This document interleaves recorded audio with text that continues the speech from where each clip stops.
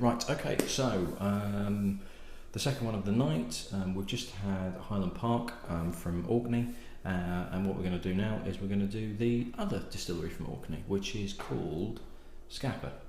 Now, the bottling that you'll probably find on the shelf obviously doesn't look like this. The reason it's in this attractive plastic bottle is this was one of the very kind donations from the fantastic Joe Lawson, who I'm putting a picture up now, who contacted me through Facebook and very, very kindly sent me a load of samples through. So many, many thanks to Joe.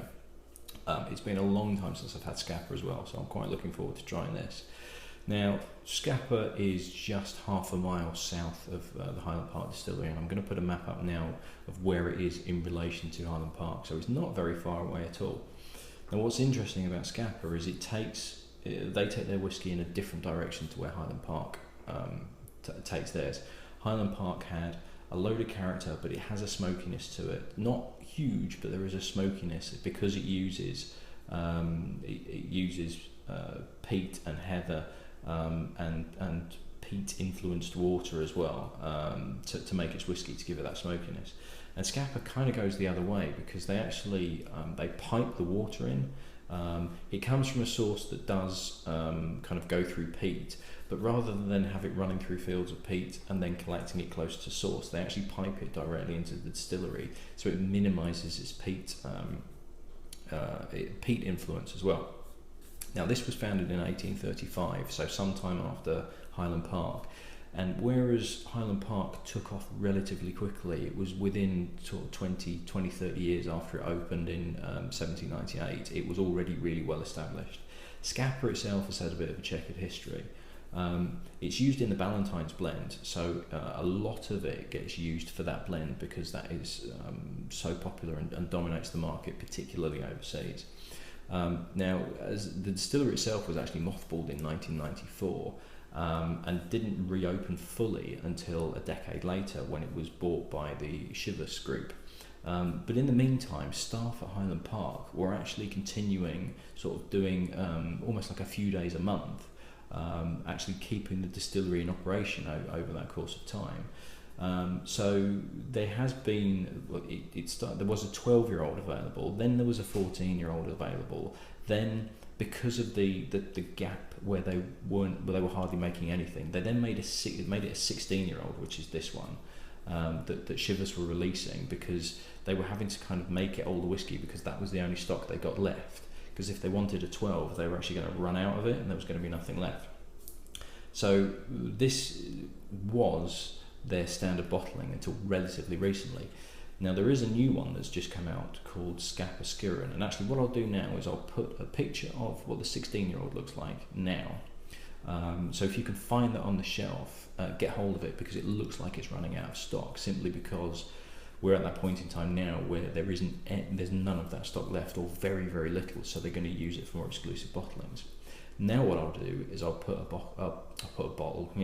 picture of the Skiren, which is their unaged version, and I believe, now I'm not read anything saying yes this is definitely the case, but I'm of the thought that this is an unaged one because this is their new stock that is coming through. So it's younger whiskies. They're not putting an age statement on it because we're looking at 2004. You know, it's going to be like 10-year-old, things like that. So if your standard bottling was a 16 and then you go, right, this is our standard bottling, it's a 10, it's not going to go down too well. Or if you do it unaged, they can use some of that older stock to actually balance out the younger whiskey that they're using. So the 16-year-old at the moment looks, if you can find it, because it's running out of stock in a few places, certainly online, it's looking at about 50-60 quid, whereas the Skiren is about 35. So you're going to have a better chance of finding that. I don't know how different it is to the 16-year-old. I know I'm trying to find the standard bottlings, but Joe really kindly donated this, and this was the standard bottling literally until last year, so I'm counting it. If I manage to get some Skiren, I might have it. I might get some later on, just if I'm getting desperate to get some 366. But let's see how it goes. So as I say, this is trying to go in a different direction to the Highland Park and kind of get its own identity. Oh, Joe, you've done that well. That's pretty much exactly 25 ml that you've put in there. Thank you very much. So already I can see it's a little lighter than the Highland Park was. Not a huge amount, but it's on the lighter side, but there's still a nice amber quality to it. And straight away there's more freshness to it.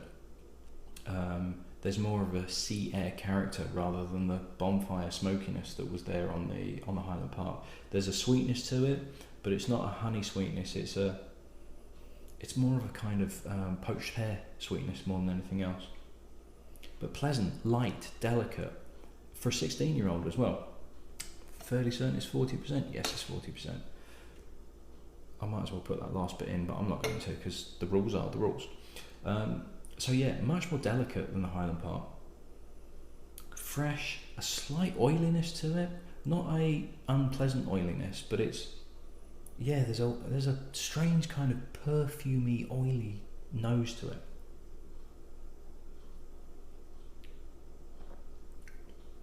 Now obviously being a 16-year-old, you would expect it to be smoother than something like a Highland Park 12, simply because you've got that extra time of aging.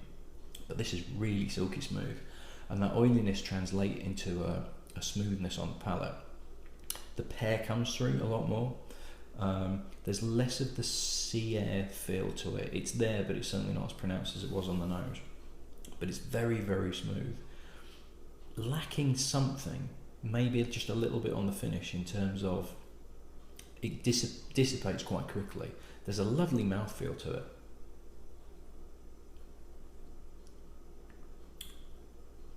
Yeah, there's really nice kind of mouthfeel to it.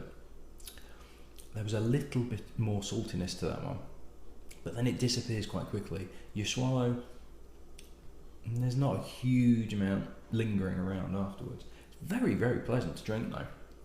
And very easy. Quite, I wouldn't say it's distinctive. It doesn't have quite enough of a freshness to it that I think would really make it stand out. But there's nothing bad about this whiskey at all. Yeah. Oh, a little bit of pepper came in there as well. Almost like a salt and pepper type feel to it. You know, sea salt, yeah, white pepper, not quite black pepper, probably white pepper I'd go for. Sea salt and white pepper.